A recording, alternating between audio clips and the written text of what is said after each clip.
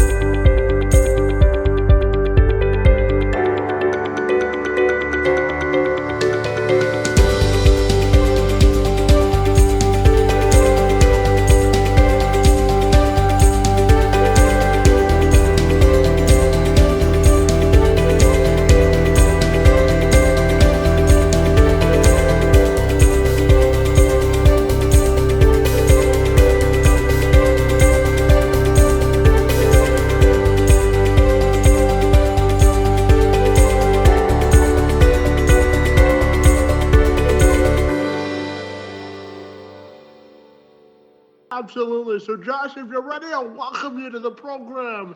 And I'm excited to learn all about the industry with you this afternoon. Great to see you, and thanks for being here this afternoon, buddy. Yeah, it feels good to be here. So, Josh, I know that you started the industry program dedicated to helping young people find their desired career path by giving them confidence and purpose. So, I'd love to start you off by asking you all about the industry, how it works, and why you came up with the idea, buddy. Sure. Yeah. So I've been working with young people for 15 years. And, you look at the statistics of, 80% of college graduates won't use their degree for its intended purpose. You got a 60% dropout rate in college, 30% dropout rate in their freshman year of high school or of college. And I just, something needed to be done. And so I put together a program that really fits how I function and really fits how young people function. It's a 3-month program. And month one, it's all about identity. We go over their personality assessments, values, and passions assessments, all types of things like that. We go over a lot of mindset tools.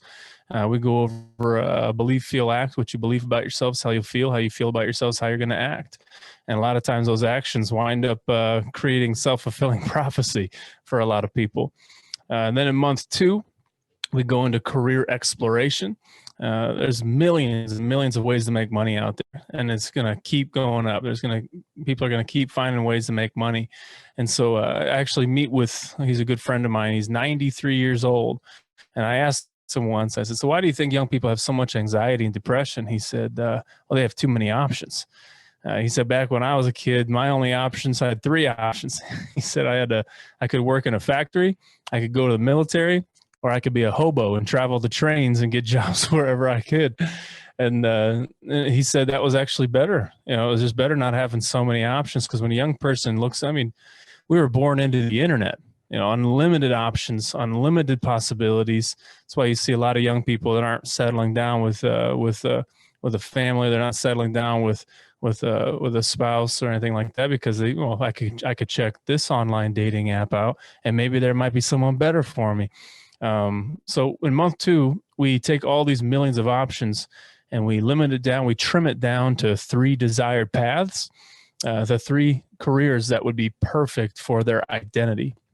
And then in month 3, we go over integration. We just basically put the whole thing together: your identity with your career, with your 3 desired paths, and we help them put it together. We help them find the right college.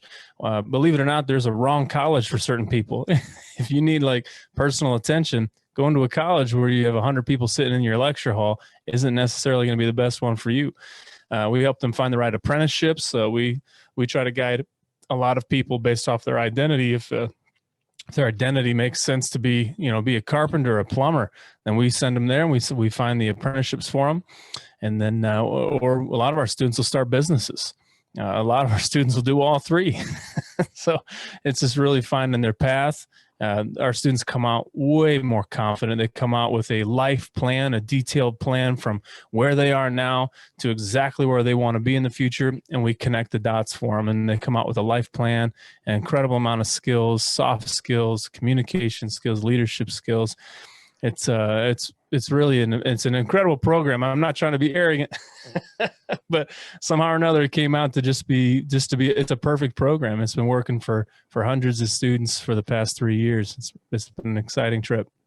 Well, I tell you, self-promotion is the best promotion we can have, right, Josh? I guess so, right? I need to get better at it. So, Josh, I'm also curious to ask you about the power of creating personal connections and how that helps you in the work that you do with the people that you serve. Creating a personal connection with students? Yes. Yeah. Oh, yeah. Well, coaching. It's coaching. Just like I might be wrong, but counseling is a lot of going through the past, and coaching is going over what you want to be in the future. But the same personal connection exists. You have to have trust built. You have to have a strong history of getting a lot of success for people to trust you and know that they're in good hands. But developing that trust is a massive part. One of the big things about coaching and counseling or anything is to try to get past that wall, try to get past that mask on a person. And once you get past that mask, because a lot of people will lie to you. Hey, so what's your negative thought today? Oh, I didn't have any negative thoughts. Did you? I mean, let's talk through that, right? So to get back and break through that mask and break through that wall is a big deal to get to honesty and what's really going on in their lives. So yeah, absolutely. Building that personal connection is a huge thing, but also keeping up your boundaries and keeping it professional is wildly important. And Josh, I'm curious to ask you what ignites your passion for this work, and why you're so passionate about the work that you do, bud. Yeah. I like to say my favorite thing in the world is seeing the lights come on for a young person. You look at any movement in the history of the world, and it was started by 20 somethings. It was started by teenagers. You look at any big change that's happened in the world. It's started with these young people who have passion, who have drive, and to be honest, have time to make it happen. Once people start getting with somebody and having kids, the time and the passion starts to dwindle off. But my biggest thing is I love seeing young people. I love seeing the light come on and then them go and attack whatever they want to attack, whatever their life purpose is. I grew up saying I want to change the whole world. Everyone would ask me, what do you want to do with your life? I want to change the world. Is that really too much to ask? Come on. I just want to change the whole world. And so I thought the best way to do that is to help young people who are going to go out there and make the world a better place as well.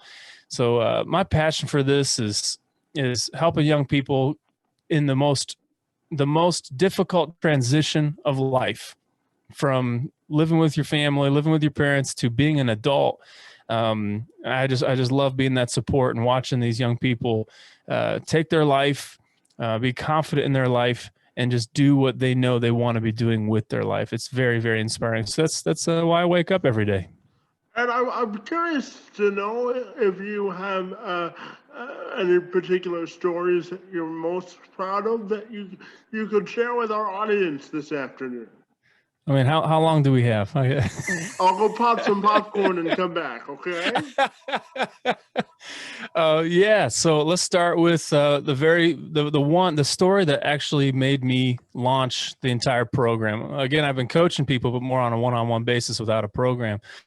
But his name was Jordan, and Jordan got kicked out of the military for doing drugs, and so he wound up being homeless as well. No college education, really had nothing.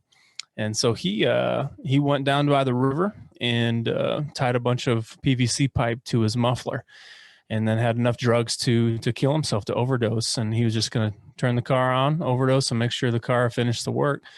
He said before he turned the key, he remembered that I had an idea for his future, a purpose. A lot of young people feel purposeless, and so he didn't do it. Called me, and we started working together. Started meeting once a month, and sometimes more, usually over the phone. But from homeless, no money, no job, barely had a job. I mean, he was just going back and forth between, part-time jobs here and there just so he could keep his car. And 12 months after, he gave me a call and said, "Hey, Josh, I owe more in taxes this year than I've made in the past 2 years." He invited me up. He invited me up to his 16-story apartment in Detroit, overlooking Tigers Stadium. He called his personal driver, not an Uber. He called his personal driver, and picked us up and took us to a $300 sushi meal. So he basically went from homeless, drug addict, suicidal to about $150,000 his first year by starting a company in a realm that he had no idea about. He had confidence, he had drive, and he wanted to be smart about it. And so Jordan came back to me and said, "Josh, what you did for me, there are thousands and thousands of young people just like me out there. You've got to do this on a mass scale." And so I built the program, and he and I are still very close today. And he's actually going back to school to be a lawyer while he's doing his business. So he's got bigger things ahead. Another one of my favorite stories was Caleb, and Caleb was working minimum wage janitor at a ladder building company up here in Port Huron area. And so 2 weeks into the program, he went from minimum wage janitor to training people on the robot that builds these ladders to a $7 an hour raise in like 2 or 3 weeks. He actually came back because the program costs money. He came back and he said, but I gave him a free ride. He has a kid and was living with his girlfriend's parents. Not a very good situation, so I was able to find some scholarships for him. And he said, "Josh, to be honest, I would have worked a little harder if I would have had some skin in the game." I was like, "Man, you're one of my favorite success stories. Like, what are you talking about?" He goes, "No, we need to have some skin in the game." And so that also helped the program evolve a little bit to having a student fee, just so young people can have some skin in the game and make sure they're going to be working hard enough to make this happen. But yeah, I could tell stories for days. I mean, we've worked with over 100 young people already in the past couple of years, and I don't have any of them who haven't taken a major step in their life. It's been fun. Certainly, accountability is a big part of making sure the program is successful. I'm sure that the impact that you've made has been tremendous in the lives of the people you serve. So I appreciate you sharing that. But I'm also curious to ask you if there's been any interesting developments within the job market within the state that you live in, Michigan, and any particular challenges or successes that you've seen working in the employment space within the state, buddy? Yeah. So in Michigan, we just looked it up yesterday, my business partner and I. In Michigan, our GDP went down from like 2.7 to zero point 0.4 last year. Things are really, really changing economically around here as well. They're saying things got better because during COVID, but I have a hard time believing that. Um, but yeah, the market, especially around us, it's a lot of production. You know, we're a car, I wouldn't say a car state, but at least Detroit being right in the hub. So a lot of manufacturing, a lot of STEM stuff, engineering, those types of things. But But particularly with our students, we've got to find their niche. We got to find their thing. What career makes sense for their identity, and sometimes it doesn't fit. It doesn't fit with the economy we have here, and so a lot of them will start their own businesses. We've got a couple of students starting their own landscaping companies and doing very well. We've got a couple of students who actually invented something that we looked into, and it's going to be wildly profitable for them. So we're not just looking at places for them to just fit in Michigan. We're also helping young people realize that they can be innovative, and they can go ahead and create their own career. They can go and create their own thing to make Michigan a better place. We just read an article on my podcast about Michigan statistics, and they're saying it's dangerous to tell kids that they shouldn't go to college, based on, if you have a graduate's degree or an undergrad and a master's, you get paid more. But a lot of times they don't tell you, well, if you get this master's, you're also going to have 40, 50,000 in debt. A lot of the times, the average student debt is around $40,000 for Americans. So you might be making more, but you're going to be paying off a lot more too with generally high interest loans. So is that really beneficial? And also, is it really beneficial to just fit into what is happening now? That doesn't seem like an innovative attitude to me, or an attitude of future success. We've got to be creating and building up innovative young people with innovative ideas, and that's one thing that the industry is doing every day. It's been fun to watch these young people get out of this mindset that says the system is what I need to go through, and if I don't fit it, then maybe I'm just stupid. No, maybe your brain functions a little different. Maybe your brain's supposed to be functioning as a business owner, maybe an online business. There's just so many different opportunities and ways to create finances out there in the world that we're not necessarily teaching young people through the educational system. And Josh, you talk about creativity, and as you know from doing your research on me, I help individuals with disabilities find work that's part of what I do primarily. So I'm curious to ask you your thoughts on the idea of inclusion equals the gateway to independence for people with disabilities, and how do you think we can get more young people with disabilities infused in the workforce? Right. Well, you'd know better than I would, but a lot of times when people are born with or early on learn that there's a disability, even down to like ADHD, even things that seem smaller like that, you get that in your head, and while you grow up, you think, well, I'm limited because I have this thing.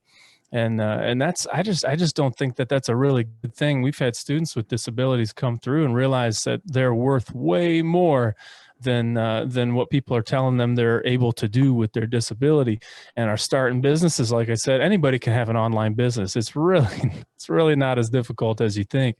Starting nonprofits, doing anything that a person without a disability can do. But one cool thing that I've learned about the not truly successful, but very successful people is that a lot of them had disabilities that they had to overcome, and that made them stronger, more built their character, and they became really better people than everybody else who didn't necessarily have to overcome something in their whole life. And I even look at you. You seem like a person of incredible character. I loved watching a lot of your videos that you had on your YouTube channel, but you overcame and you created your own thing. But when it comes to inclusion in the workforce, absolutely go for it. I'm not sure I'm not really that involved in it, but I'd absolutely love to learn more from you about what we can do to bring more inclusion to disabled people in the workforce. Absolutely. Yeah, I think the biggest thing for that is collaboration and inclusion, and uh, developing a strategy for employers to know that if you hire someone with diverse needs, they can actually help you uh, run your business more efficiently because they have a Right. different way of looking at how to solve problems, right? So when I was in this work and I was the regional ambassador for a job matching program for people with disabilities, and I always told employers that collaboration is the key to success. And what I meant by that is the more people rowing in the same boat, the faster the results would come, right? So, Right.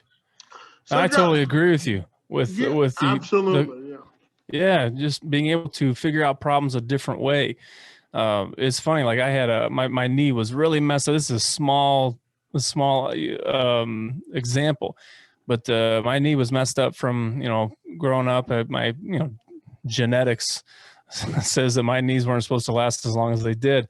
But to learn that to walk upstairs different, and just to do these things, it helps the brain realize you don't have to do things the way they've always been and the way they've always gone.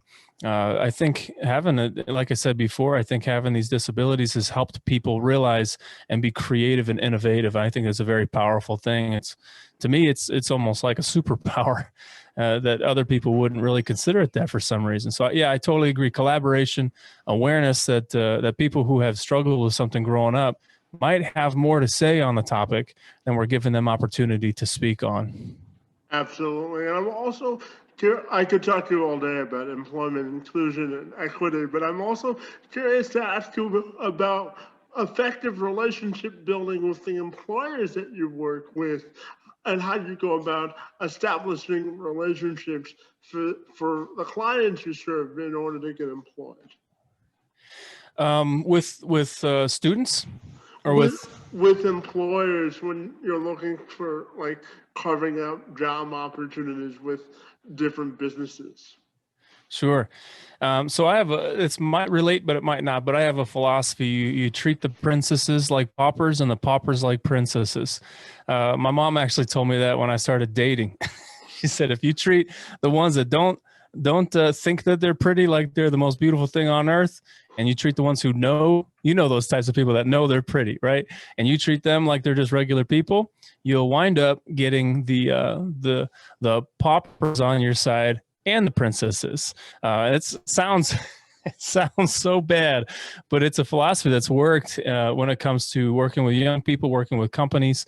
But really, the reason we're a nonprofit, I want to see what would be considered the paupers just crush it in the world of business, in the world of work and careers, so much so that the people who have all the privileges also want to be a part of it. So when it comes to students and employment, we just started pumping out just incredible young people with incredible character, incredible drive and confidence. And all of a sudden, the companies start coming alongside. We had a insurance company just come to me and say, "Hey, whatever I got to do to get your student in my doors, just let me know. We're looking for this and that." We got a big gas company out here that's always looking into the next students that we're pumping out. We got a company that does. It's a company that multi-million-dollar company, also a brand new company, 2 or 3 years old. They interviewed one of my students and they said, "So how did you become this way?" So they said, "Well, I went through the industry." And so this guy got a hold of me and said, "Any student come through, just let me know. I would love to hire them. Like you help them with their mindset. Like you're sending out incredible young people." Another big part of this too. One of my dreams when I started this was for companies that require a bachelor's degree in order to interview for a job. They actually, one of these companies came to me and said, "Hey, you know what? We've seen so much success from these students that everybody else is kind of written off. We require a bachelor's degree, but if we see the industry on their resume, we'll go ahead and interview them anyways." So a lot of it came from just showing that you are producing great results, and then the princesses will want to be a part of that. Well, that must make you feel really proud, huh, of the work that you do. It might be too much work, but it's I'm very proud of the work that I do for sure.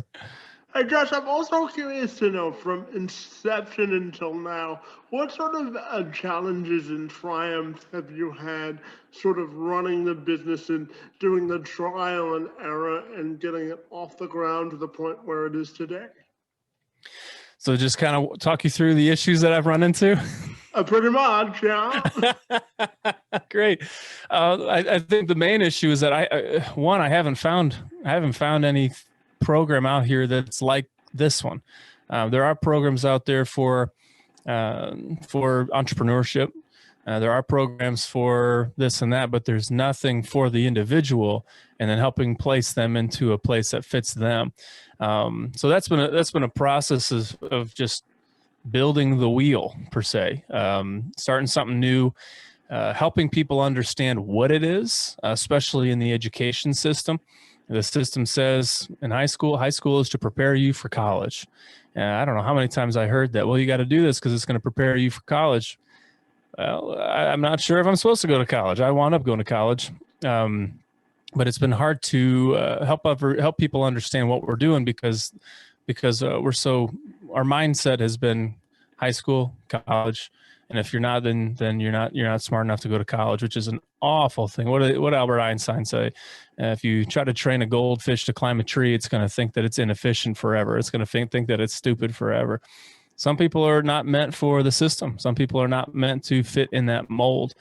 Some other struggles. We're trying to get into the colleges to help coach and partner and collaborate with organizations like that. I do say, because it's true, I do say that college is not for everybody. A 4-year degree at a 4-year college is not for everybody. If it was, we would have no plumbers left in the next 10 years. But colleges have a hard time hearing that, and I get it. America doesn't want people to know that there's another way, and that way is also as honorable, and probably can make you more money if you go the other direction. Anyways, we had a student at 18 years old who, but based on his identity through the program, he said, I think I'd be a really great electrician. So we took him through the process. He got an apprenticeship right away, a paid apprenticeship. And then he wanted working his way up. Within that year, he bought his first house at 19 years old, and is also, the company's actually paying for him to go back to college at a community college in business, because they're hoping that he's the one to take over the company someday. So there are absolutely other ways to navigate this than jumping right into college right afterwards, not knowing who you are, not knowing what career makes sense for you, and just trying to figure it out in college. It's not working based on the statistics. So that's been a struggle. And anytime you start a nonprofit, one of the struggles is also money. Where's this money coming from? Who do I get money from? What do they say? 80% of a CEO of a nonprofit's time is spent raising money. That's been a difficult thing. But the struggles that we've had, we just learn how to navigate them. If a door closes, we learn how to climb over the wall. We find other ways to make sure it happens. And it's really great for the students to be able to see us doing this and following our dreams and trying to navigate this, because it inspires them to do it themselves. So it's been a really, really, really wild trip. I can see that. And Josh, I always tell people that life is a constant game of learning. So, as long as you're willing to be a knowledge sponge, I'm sure you'll be just fine, buddy. Right. Yeah. One of my mentors, he was 74 at the time, and I was 20. I would have been 19 years old at the time. He said, "Josh, there's a lot I could learn from you," and I was stunned and astonished. I said, "No. I don't think you're allowed to even say that." But he formed, like, that attitude is what I want when I'm in my 90s. I want to be able to look back and say, those 19-year-olds, there's a lot I could learn from you. That is exactly what you said. Be forever learners. Absolutely. And I'm curious to also get your opinion on how the advantages of technology, the pandemic, have factored into the work that you do, Bud. Well, personally, we our class sizes are below 10. And so in Michigan, we're still able to meet in person, but we've been very careful and been doing a lot of Zoom calls. It is a little different on Zoom, but in person, it's absolutely better. But yeah, we've just learned how to contact and connect people in better, different ways through social media and those types of things. But on a national scale, they were saying before the pandemic happened, they were saying that 60% of jobs are going to wind up being online in the next 5 years. And then the pandemic happened. I mean, that shot, I can't even tell you how many years that jumped forward. But when Zoom's stocks just shoot up because everyone's doing Zoom meetings, that kind of tells you. Even the companies around here, they're all turning their businesses, their buildings into co-working spaces because all their employees are more efficient would rather work at home. So I think this is not just going to change the workforce, but it's going to change American culture drastically and Canadian culture. Yeah, well, we'll go with international culture. How about that? There we go. Right. There we go. Josh, I've got a couple more for you. The first is I'm curious to know for any young person watching this, I'm wondering if you could give them any tips or advice on how to start a successful career path, say, if they're first or leaving high school or entering college, or if they're going the apprenticeship route or graduating college. So basically my question is,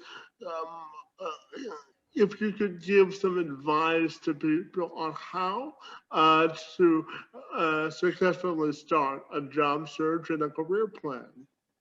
Yeah, I always start with the end in mind. So there's three major things. One is starting with the end in mind, vision. Most of us have been asked the question, where do you see yourself in 10 years? And in junior high, like I'm 80%. asked that question every week, Doc. Right. And I'm still trying to figure out the answer, but that's okay. Exactly. But I'm all about this line, aim small, miss small. And if you aim at a target, if you aim at the smallest point in the middle of that bullseye, it's very likely that you're going to hit the target somewhere. So I'm all about getting very detailed with the vision of your life. So that's a big part of what we go with our students is, how many bedrooms in your house do you want? Do you want 2 bathrooms? Do you want to live here? What kind of family culture do you want? So it's not just a where do you see yourself? It starts with the personal stuff and it starts with detail.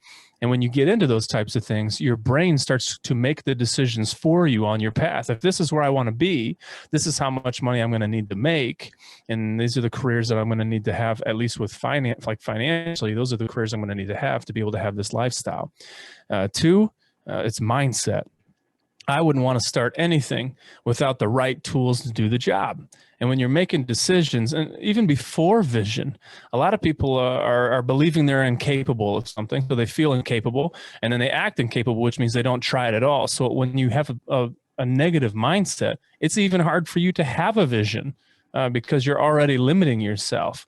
So mindset's a huge one. Get your negative thoughts right. I've got a bunch of videos. I don't want to go into that whole 20-minute spiel. But there's a bunch of videos on that I could send out. And then, so vision, mindset, and then identity. A lot of people don't really know who they are. We think we do. But then when someone gives us an opinion of us, ourselves that we don't like, it can damage us. And when you know who you are and you have that strong foundation to build your life on, a lot of the opinions of others just kind of fall by the wayside. No, I kind of know who I am. Thanks, but no thanks. So that's where a lot of our students' confidence come from. We take them through a personality test, and one of the major tips that we give when we do these personality tests is answer the questions as if you're a 9-year-old you, essentially before the pressures of life, or maybe before middle school. Middle school is usually everybody's least favorite time of their career, of their education. But when you answer those questions, you got to answer them as your raw self. Your brain was wired a certain way. And so you take in information a certain way, you send out information a certain way, you communicate with certain people a certain way, and you need to know that about yourself in order to build a life on you, because this is your life.